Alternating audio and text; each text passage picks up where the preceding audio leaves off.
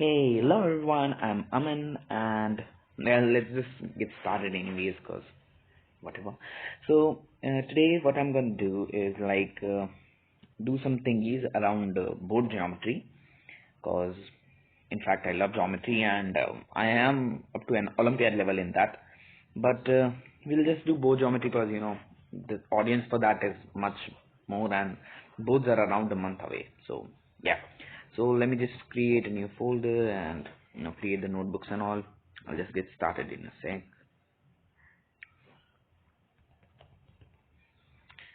I am thinking of making this series for like every topic. So if you just tell me if you want that, that would be really helpful.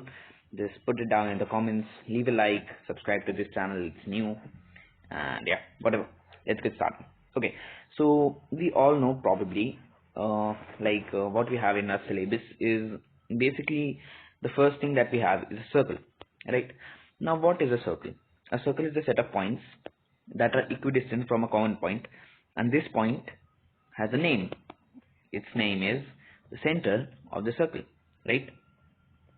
Now, obviously, you all know that, so I won't like bore you with the details and shit. But yeah, that's about it. That's a circle. So, what are the circle's properties? First of all, take any chord or an arc, basically. It doesn't even matter. Then, if it subtends an angle of 2 theta at the center, then it subtends an angle of theta on any other point above the center. Okay, this is very important. This is theta, but that does not mean that this is theta. This doesn't even look to be theta, and in fact it is not theta. This is 180 minus theta, and we have done this in like ninth, where we know that if we name this triangle to be like AB, if we name this quadrilateral to be ABCD, then ABCD cyclic, because all the 4 points are on the circle itself, and the sum of the opposite angles is 180. So this is basically a cyclic quadrilateral. So yeah, this is basically a property, and it basically subtends angle theta on any other point on the circle. This angle will also be theta, right? And that's about it, right? So now what I'm going to do is do some popular configurations. Basically that's just a fancy term for questions that could appear in exams. So I'm just gonna do that, right? So let's just create triangle over here. Yeah. Now what we have in general is an incircle. Now you all don't probably know this term, but an incircle is a circle that is inscribable inside a triangle. So first of all, we'll define a point called the incenter. Now the incenter is not that hard to define. The incenter is basically the intersection of all the angle bisectors.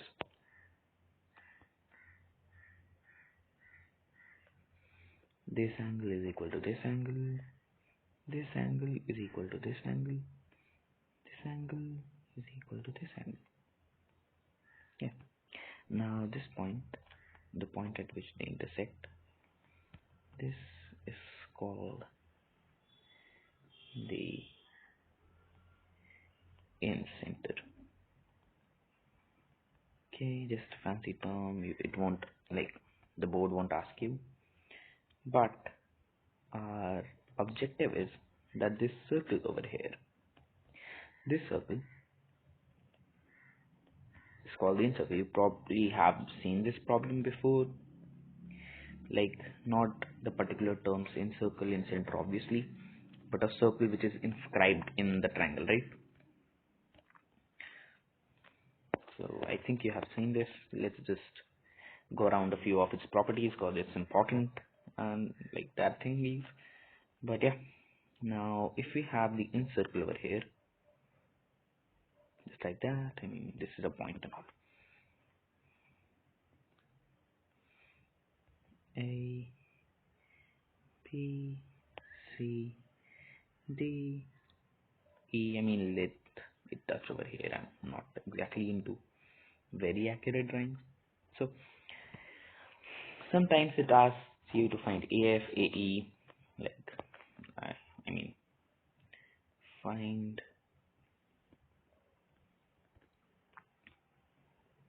AF, AE, BD, I guess this is F, BF, CD, and CE, right? These are the lengths that it normally asks you to find. So how do we find them? This is incredibly simple. I mean, not that simple obviously, but yeah, relative to what we are going to do, it's simple enough. So obviously these lengths are equal because like it's tangent to from an external point to the circle. So these lengths are equal. These lengths are also equal, and these lengths are also equal. Okay. So we are going to term them x. Let these two lengths be x. Let these two lengths be y. Let these two lengths be z. Now what we are going to do is write that x plus y plus z is equal to s. Now what is s?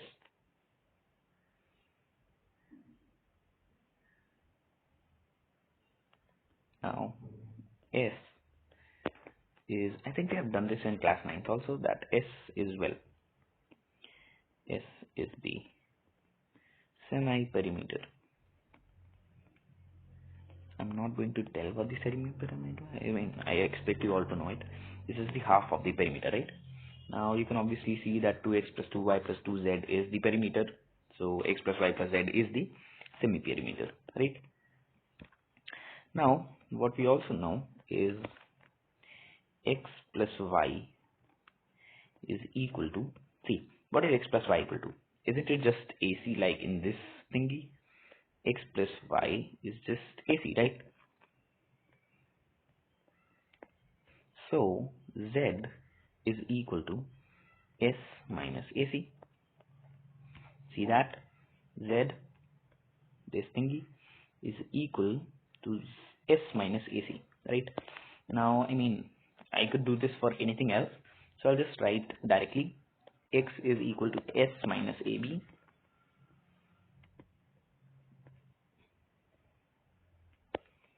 and y is equal to, see, what is y equal to? S minus BC. I'll tell you how to remember this in just a sec, but I just want you all to be familiar with the proof. Okay, I think you all understand the proof right now. If you don't, just go through the video again and you'll understand why this is true. So let me just tell you a trick to remember this. Like how I remember this is, if you have a triangle ABC,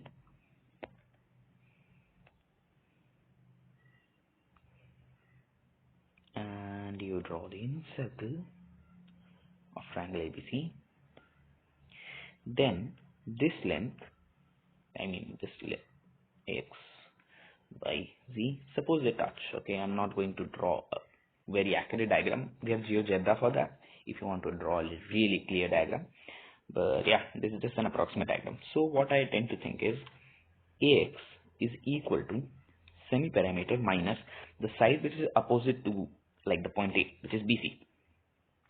I remember it like that. Similarly, BX, which also equal to BZ, right? Because like BX and BZ are equal. But yeah, so BX is S minus, see again the side opposite to it is AC, and CX is equal to S minus, what is the only side left? AB. So this is how I remember it, and this is really easy. So I mean, you can remember it like that, or you can create a trick or whatever, but yeah, I remember it like that. So that's one configuration. Another configuration which also came in like my pre-boards, and I mean most of the people will be watching this from my school. So another configuration which appeared was like the X circle, right? So what we do in the X circle is just, I mean, I'm going to extend this line, right? And I'm going to extend this line as well. Okay, I mean, it could be a little more accurate here, it won't hurt. Just a sec, fellas, Nebo is acting up. Yeah, I think that's going to work. Yeah, okay. Now, the X circle is just like the N circle, okay? I mean, we don't have any space left, so I'll just copy this over to the next page. Yeah.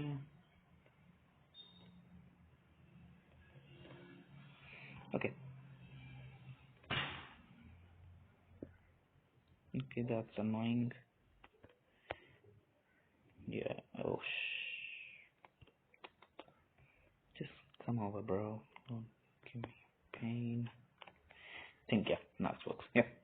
Okay. Now the X circle is basically what the in circle is, but on the outside of the triangle.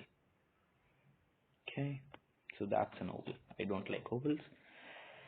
Circular holes are much better. So this is something like it. I mean, yeah, I could just arrange it, and